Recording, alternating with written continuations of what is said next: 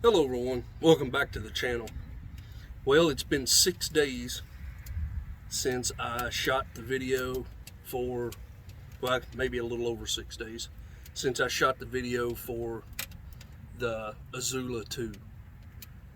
That day when I shot the video, it was, I think, 68 or 69 degrees. Today, it's 36. So I'm out here in the shelter. I kind of put me up a Mylar blanket, hoping to bump up the effectiveness of my stove. And right now, I'll be honest with you, it feels pretty good. So today, we're going to do a field review on another ESEE knife. And you'll see kind of a pattern here if you continue watching. I did a video on my ESEE collection, and I started at the smallest and went to the largest. We're going to follow that theme. What we have today is the ESEE 3. I'm pretty much going to do the same thing I did with the Azula and the others. I've got some wood out here and a couple of different size pieces.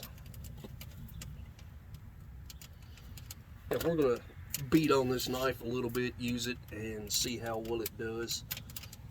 All at the same time, trying to keep my fire going. We've got a real strong wind blowing today, coming straight out of the south. So luckily it's hitting the back of the shelter today. I stuck one of my walls up, just kind of leaned it up there to help knock some of the breeze off as it whips around. So let's get into this. We're going to go over the ESEE 3. As you can tell, I have stripped the finish off of this one as well. This one, I stripped the finish off of the whole blade. But the thing that's kept this one from rusting is it has liners between the canvas micarta scales and the actual tang of the blade. Only thing I've done other than strip the finish off of this, change the grind angle from 30 to 25, and to sharpen the spine on the back side of it there, so that you can scrape a ferro rod or a scrape tender with it. But right off the bat, let's see, I don't know if I've got any hair left on my arms to shave off or not. I got a little bit right there, see.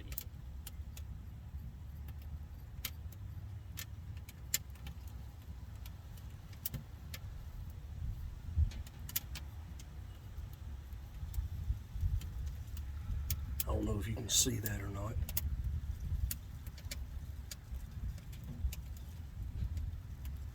There's a little hair there. I didn't have a lot left. Been sharpening knives. But we're going to start off with this piece right here. So let me get you turned around here.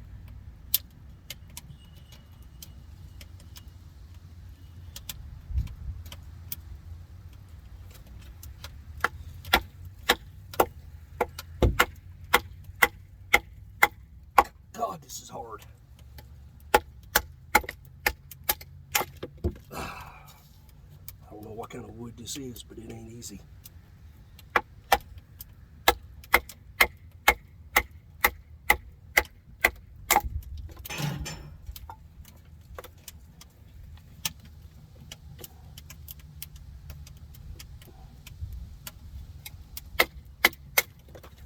That piece had a little bit of a check in it.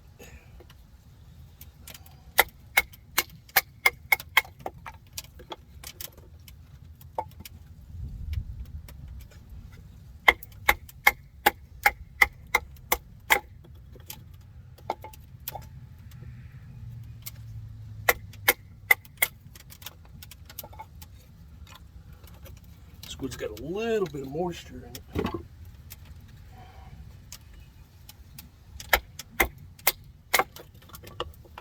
This was my second ESEE knife that I bought.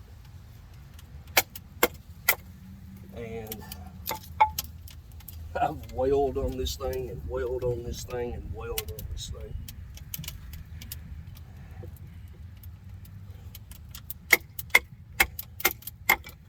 And all I've ever done to it once I changed the grind angle was strop it to touch it up.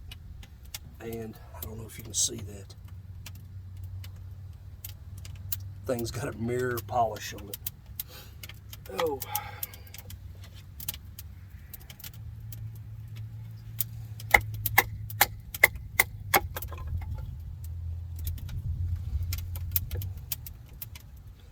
Now, that piece of wood that I started out with, I will tell you, you're almost exceeding the limits of this knife, because as you saw, it left that much of the blade sticking out to beat on.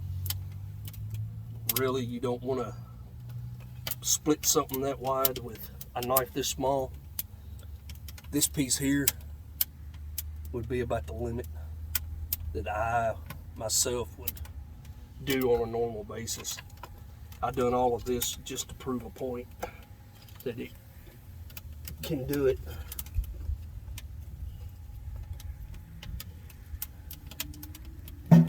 Oh,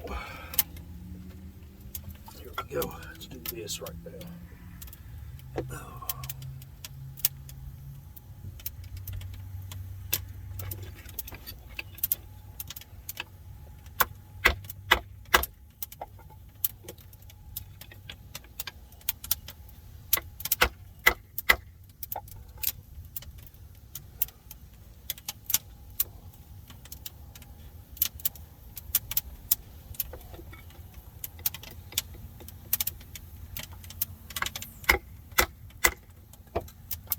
Oh.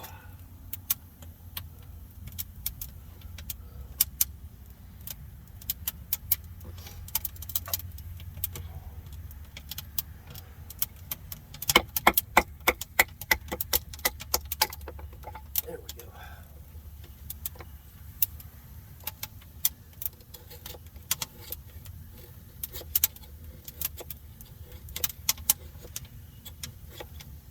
It's almost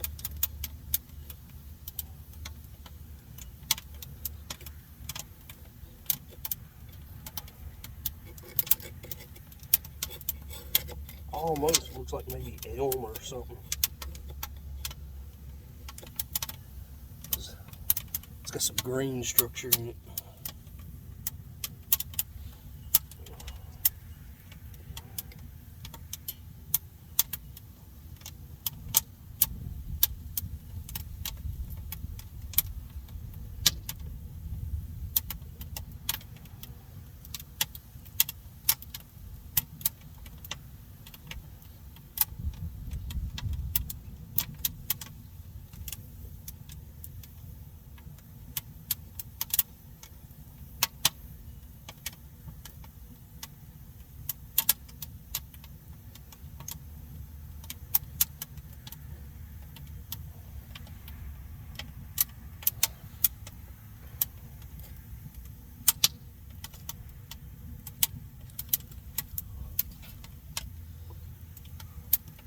Got that stove cooking now.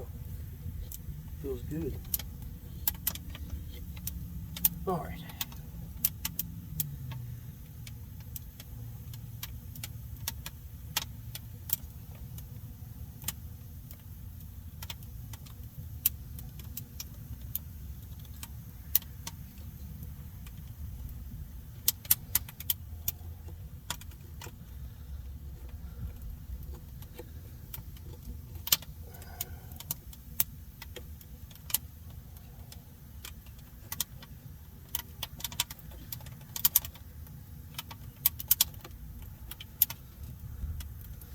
Didn't bring a ferrule rod with me, and I'm sorry for that.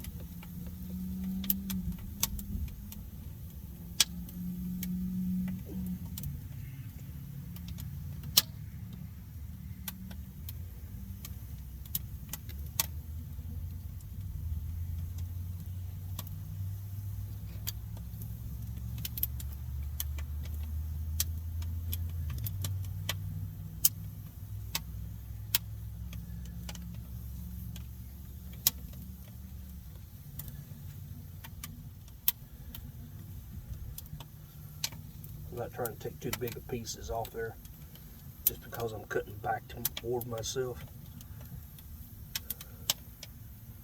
And this is hardwood, and I don't want to take the chance of running the grain and popping a big piece out and catching my hand. So I'm trying to take little bitty pieces out at a time.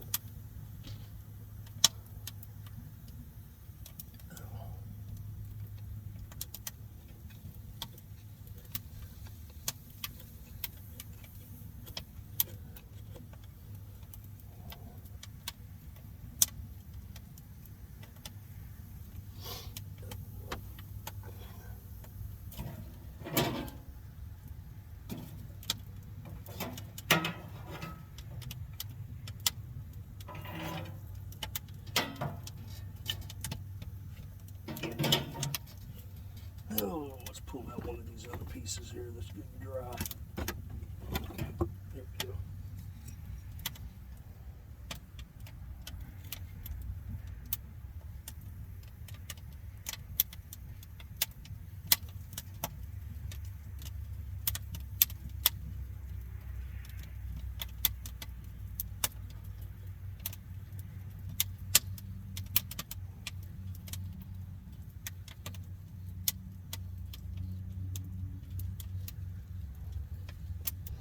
Feels weird using this again, because the last little bit I've been working with knives that had larger blades. To get down to one like this feels funny. Oh. The choil on this makes it handy for a lot of detailed carving too.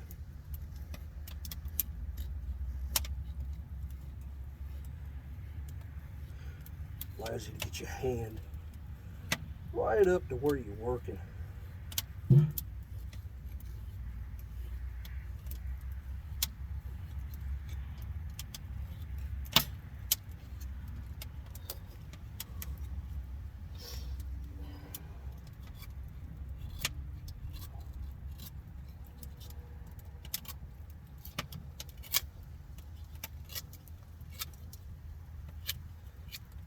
And even with the smaller blade, you can still hog off wood with it.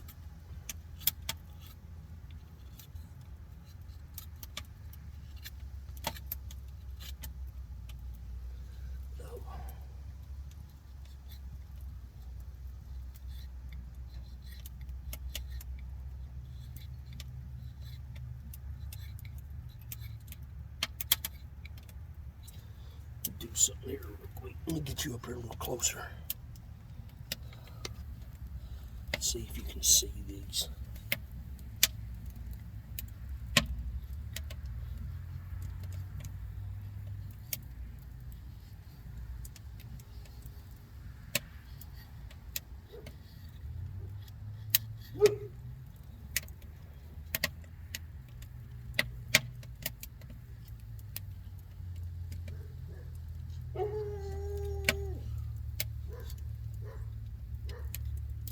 Lexi. Lex. That's enough.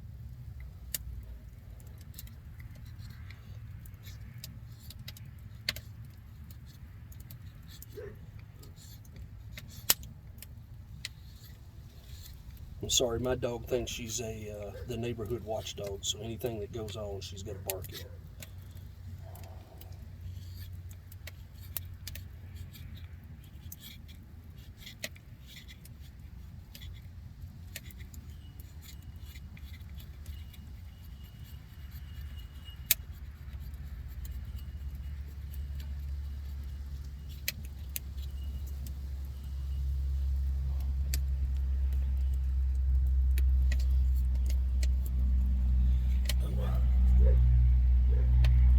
I really like this knife when it comes to carving, just because of its size.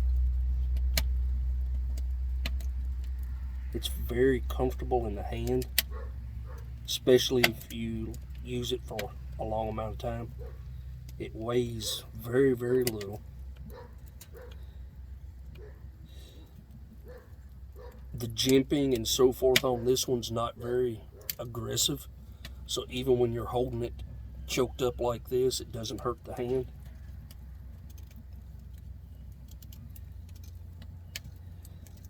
And due to it being so short, when carving, you can really keep control of it. Even if you're working, for instance, all the way up on the very tip of the blade, you can still maintain good control over the knife.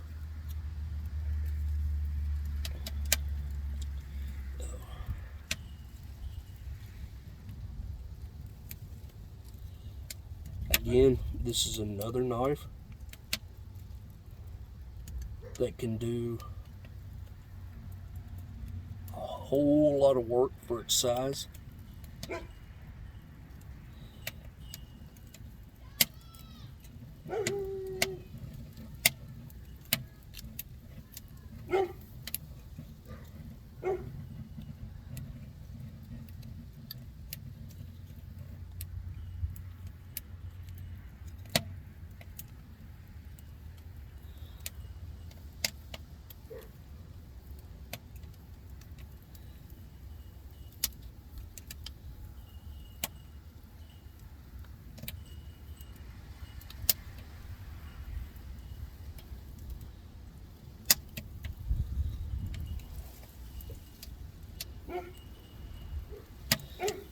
This knife really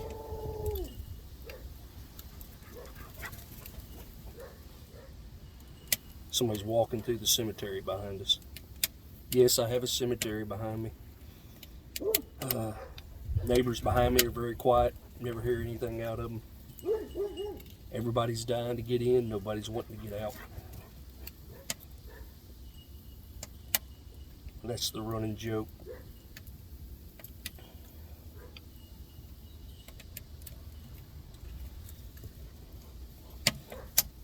I've heard it so many times, it's not funny. So I figured I'd say it before somebody else did.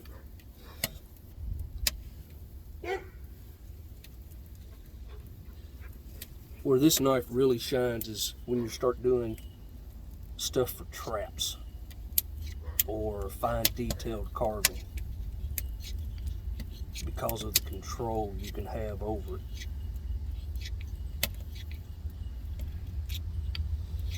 It's got the standard ESEE handle, flat, scales on it. These, compared to a lot of them, I guess it's because they're so thin, are actually contoured very well. You don't have that sharp edge on the top or the bottom. These were originally white, but I've used it a lot, sweat. I've cleaned several deer with it. It does an excellent job processing game animals.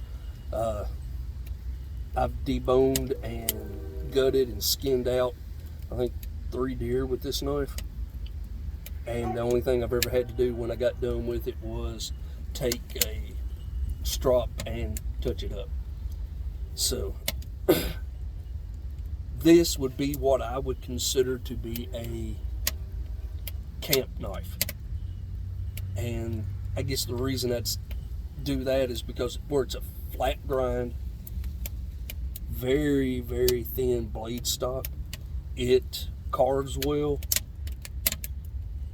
it slices well.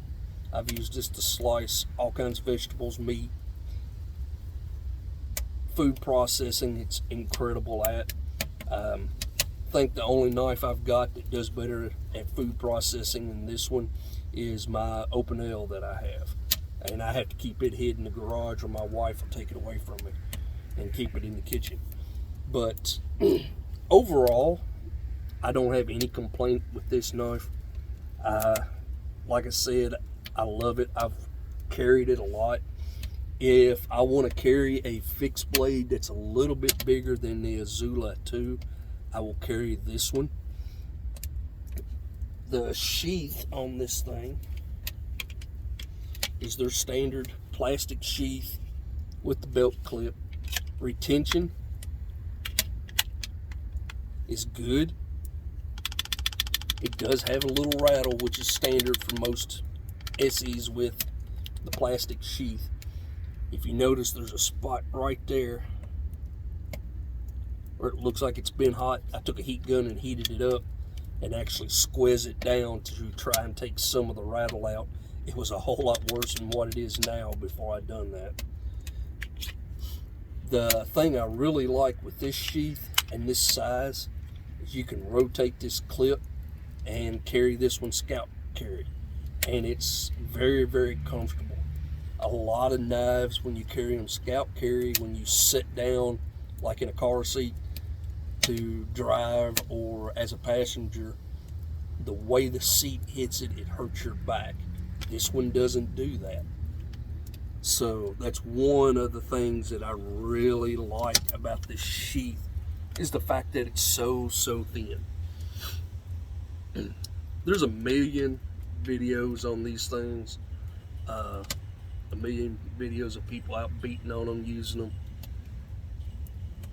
And I'd say a reason for that is you just can't say enough about the knife. It doesn't matter what you try to do with it that's within reason, it will do it. I've opened small wooden boxes with this,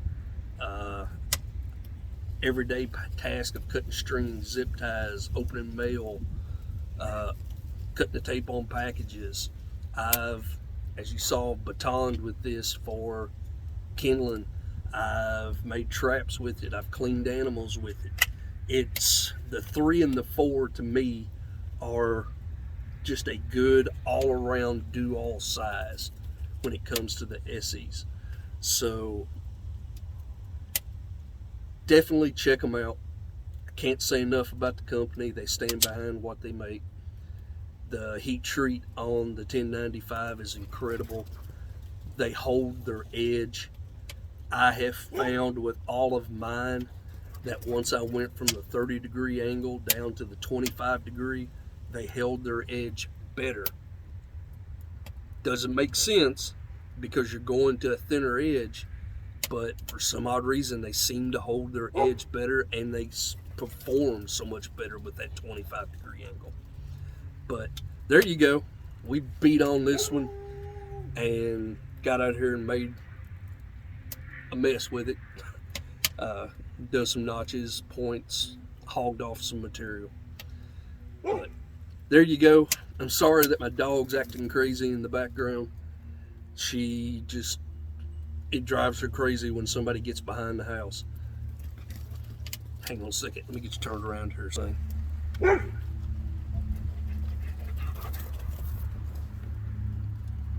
She ain't got a lick of sense. But there you go. Like, share, subscribe. I'm sorry I got long-winded on this one. Y'all have a good one.